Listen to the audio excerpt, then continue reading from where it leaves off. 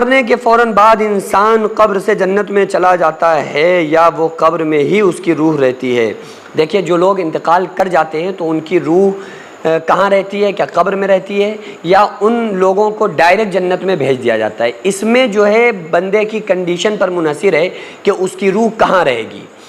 انسان کے انتقال کے بعد جیسے ہی لوگ قبر کے اندر مردے کو رکھ کر آتے ہیں تو حدیث پاک میں آتا ہے کہ جیسے ہی تھوڑی سی دور ہٹتے ہیں تو فوراً ہی ان کے پاس قبر میں فرشتے آ جاتے ہیں اور اس بندے کی باڈی میں روح کو پھونک دیا جاتا ہے،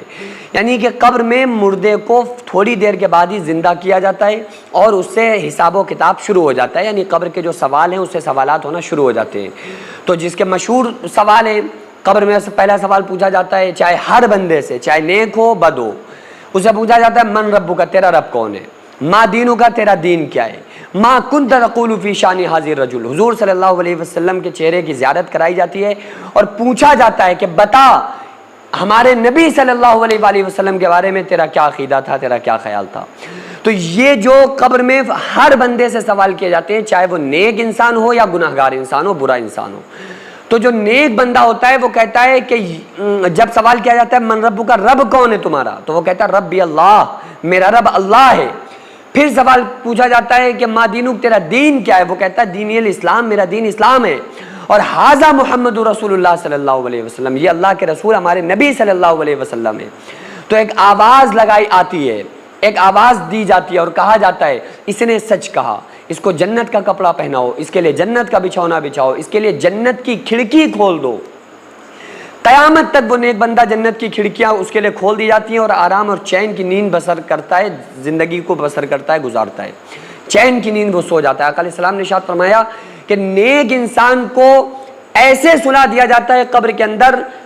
کہا جاتا ہے کہ ایسے سو جا جیسے نئی نویلی دلہن سوتی ہے کہ دولہے کے علاوہ اس کو کوئی نہیں جگا سکتا۔ تو اس طرح سے اس کو بلا خوف و خطر وہ بندہ قبر کے اندر سو جاتا ہے۔ لیکن جو گناہگار ہوتا ہے وہ سوالوں کے جواب میں کھڑا نہیں اترتا ہے، وہ کہتا ہے فرشتوں کے سوالوں کے جواب میں کہتا ہے ہائے میں نہیں جانتا، مجھے نہیں پتا میرا رب کون ہے، مجھے نہیں پتا کہ میرا دین کیا ہے، مجھے نہیں معلوم کہ ہمارے نبی صلی اللہ علیہ وسلم کون ہے۔ تو یہ آٹومیٹک جو نیک ہوگا نا، چونکہ انسان کے انتقال کے بعد جو لینگویج ہوتی ہے وہ زبان عربی ہوتی ہے، تو ہر بندے کو، چاہے وہ انڈیا میں رہتا ہو، پاکستان رہتا ہو، چین، جاپان، امریکہ، آسٹریلیا، لندن، پوری دنیا کے کسی حصے، کسی خطے میں رہتا ہو، اس کی زبان جو ہوگی وہ عربی ہو جائے گی۔ تو جو نیک ہوگا وہ فٹافٹ جواب دے دے گا، گناہگار ہوگا وہ ہلک جائے گا۔ تو عمل اگر نیک ہے تو وہ آٹومیٹک جواب دے گا، گناہگار ہے جواب نہیں دے پائے گا۔ تو پھر وہ کہتا ہے ہائے میں نہیں جانتا ان سوالوں کے جواب۔ تو آواز آتی ہے، کہا جاتا ہے کہ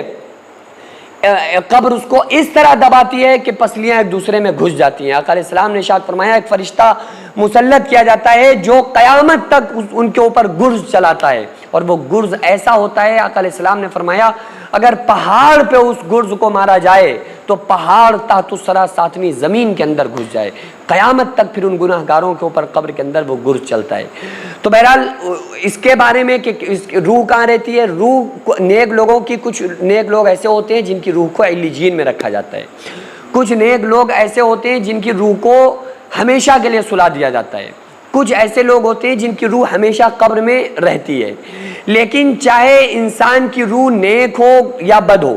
چاہے جنت کی سیر کر رہی ہو پرندوں کی پوٹوں میں رہ کے، یا اس کی روح علیجین میں ہو یا سجین میں قید ہو، لیکن اس کی روح کا تعلق اس کے جسم کے ساتھ ضرور ہوتا ہے۔ یعنی چاہے علیجین میں نیک بندے کی روح ہو، چاہے سجین میں گناہگار کی روح ہو، چاہے نیک بندے کی روح پرندوں کی پوٹوں میں رہ کے جنت کی سیر کر رہی ہو، لیکن اس کی روح کا تعلق اس کے جسم کے ساتھ ضرور ہوتا ہے۔ جب بندہ کسی کے قبر پہ جا کے کہتا ہے السلام علیکم یا اہل القبور، السلام علیکم یا اہل القبور، قبر والوں تم پر سلامتی ہو، تو مردہ اس کے سلام کو سنتا ہے اور وہ اس کی روح کا تعلق اس کے جسم کے ساتھ ضرور رہتا ہے۔ بہرحال اپنے جسم کے ساتھ تو کوئی بھی انسان قیامت سے پہلے جنت میں نہیں جا سکتا، اتنا ضرور ہے کہ نیک بندے کے لیے قبر میں جنت کی کھڑکیوں کو کھول دیا جاتا ہے، جس کی راحت کو وہ بندہ قیامت تک قبر میں ہی محسوس کرتا رہتا ہے۔ سینکڑوں ایسے غریب پریوار جو فاقہ کر کے زندگی گزار رہے ہیں، اور بہت سے ایسے مجبور لوگ جو غربت کی وجہ سے بیماریوں سے جوجھ رہے ہیں اور ان کے پاس علاج کرانے کے لیے بھی پیسے نہیں ہیں، تو ان غریب فیملیز کو ہر مہینے ہماری سوسائٹی راشن دیتی ہے اور ان غریبوں کا فری میں علاج کراتی ہے۔ تو آپ لوگ ہمارے ساتھ مل کر ان بیوہ عورتوں اور یتیم بچوں کا سہارا ضرور بنیں اور ان کے راشن اور دوا علاج کے لیے زیادہ زیادہ سے زیادہ تعاون کریں اور یہ ارادہ کریں کہ غریب کے بچوں کو انشاءاللہ بھوکا نہیں سونے دیں گے، اور ہر ہفتے ہر مہینے آپ لوگوں سے جو بھی ہو سکے